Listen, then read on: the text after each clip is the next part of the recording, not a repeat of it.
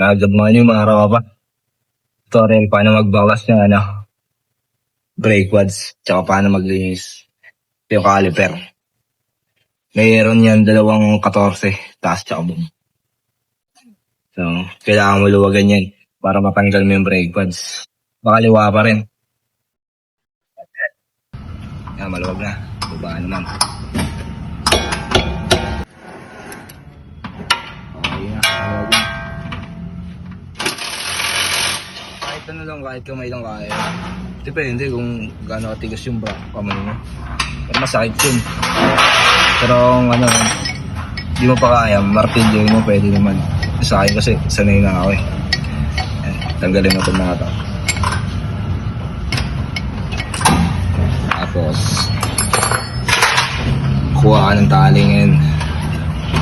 Lagyan mo itong caliper. Lagyan mo muna dyan. Ito yung brake pads.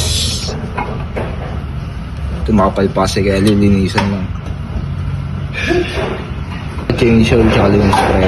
Ayan, lilinisan natin yan. Kukuha tayo ng grasa, patch cleaner tsaka sandpaper, liha. Nabaklas niya yung brake pads niya, kukuha ko ng liha, 60 magaspang. Kailangan mo kasi itong lihain para maganda yung lapat niya sa rocker. Ngayon pagtapos natin lihain, lilinisan natin. Ayan, slide cleaner. So, patch cleaner. Yan, nalagyan na natin ng grasa.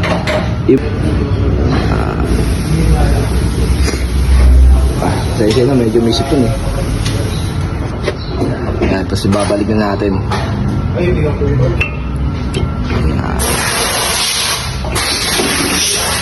Okay na. Sinigod naman. Talagyan rin natin.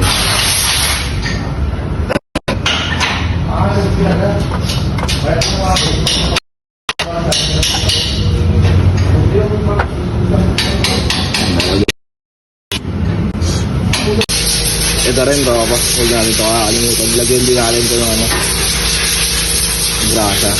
Dalawang klase yan, yung isa may goma, yung isa wala. Ngayon, pag binaklas mo yan, dito yan nakakabit. Tatandaan mo kung saan nakalagay yung may goma. Ito kasi nakalagay ito dito sa ilalim. Diba, nalinis nyo na, nagrasaan nyo na. Babalik nyo ito ngayon, yung torse. Ngayon, pag lumapat na, tipitan nyo. Pero sakto lang din. Kung may tools kayo na ng martilyo, pwede nyo pukpukin to yung dito ng yabe pag ganito pataas ang paigpit. Yan, pag ganyan yung itsura ng caliper. Ito pag ano naman papunta dito. Yun lang, konting tips lang.